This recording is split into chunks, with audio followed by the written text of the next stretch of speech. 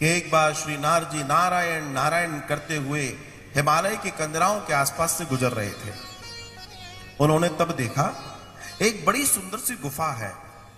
वो गुफा इतनी ज्यादा ऊर्जावान थी कि श्री नारद जी को रोक लिया। नारद जी वहां रुक गए और वहां रुकने के बाद बड़े प्रेम से उनको ऐसा लगा कि मैं इस गुफा में प्रवेश कर जाऊं, इस कंदरा में अंदर प्रवेश कर जाऊं। नारद जी उस गुफा में प्रवेश कर गए और जब नारद जी उस गुफा में प्रवेश कर गए तो अंदर जाकर उनको ऐसे लगा कि अब बस आंखें बंद करके मैं यहां बैठ जाऊं।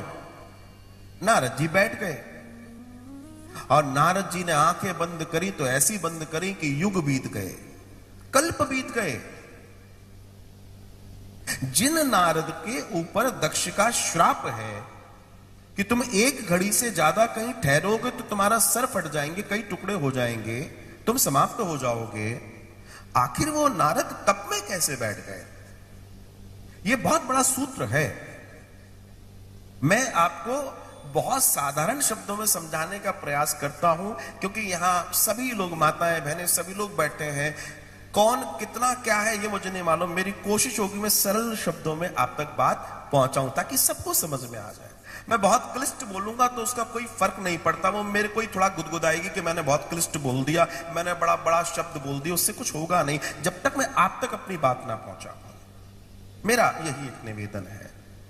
तो नारद जी की आंखें बंद होती हैं और कल्प बीत जाते हैं और होता यह है कि नारद कि इस तपस्या से इंद्र को घबराहट होती है और इंद्र सोचते हैं कि अगर नारद जी ने अपनी तपस्या बड़ी भारी कर ली तो कल को ऐसा ना हो कि मेरी गद्दी पर ये आसीन हो जाए। क्योंकि इंद्र कौन बनता है इसको समझने की जरूरत है।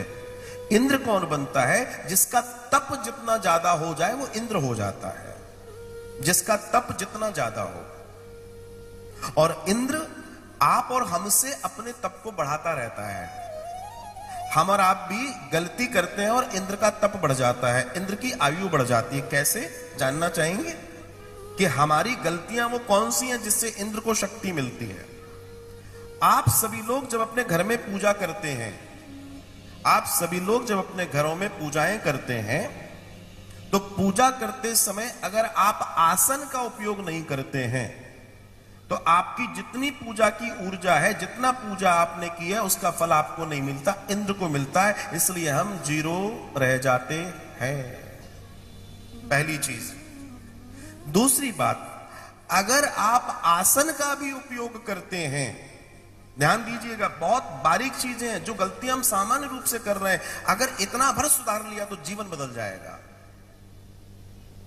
मैं बहुत ज्ञानी व्यानी नहीं हूं, मुझे थोड़ी बहुत चीजें आती हैं वही बताने आया हूं। मैं भी मूढ़मती हूं, ठाकुर जी की जो कृपा है मैं आपको बता रहा हूं। तो आप एक बात बहुत सूत्र से समझ लीजिएगा कि अगर आप आसन उपयोग नहीं कर रहे हैं तो आपकी पूजा का फल, क्योंकि धरती जो होती है वो ऊर्जा को खींचती है, तो आपके पास कुछ बचा ही नहीं।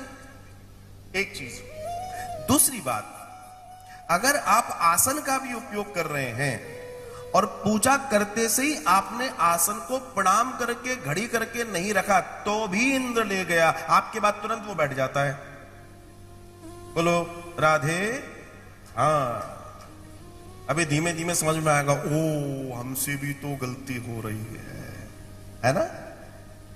तो हमने आसन तो लगा लिया, लेकिन आसन लगाने के तुरंत बाद पूजा जैसे ही की, हम जैसे ही उठ रहे हैं तत्काल जैसे ही आपने अपने चरण अपने आसन से हटाए तुरंत उसे प्रणाम कीजिए, जल छोड़िए, 2 बूंद जल छोड़ के प्रणाम करके जय जय करो, बाय फोल्ड करके रख दो, तो आपकी पूजा का फल आपको मिलेगा।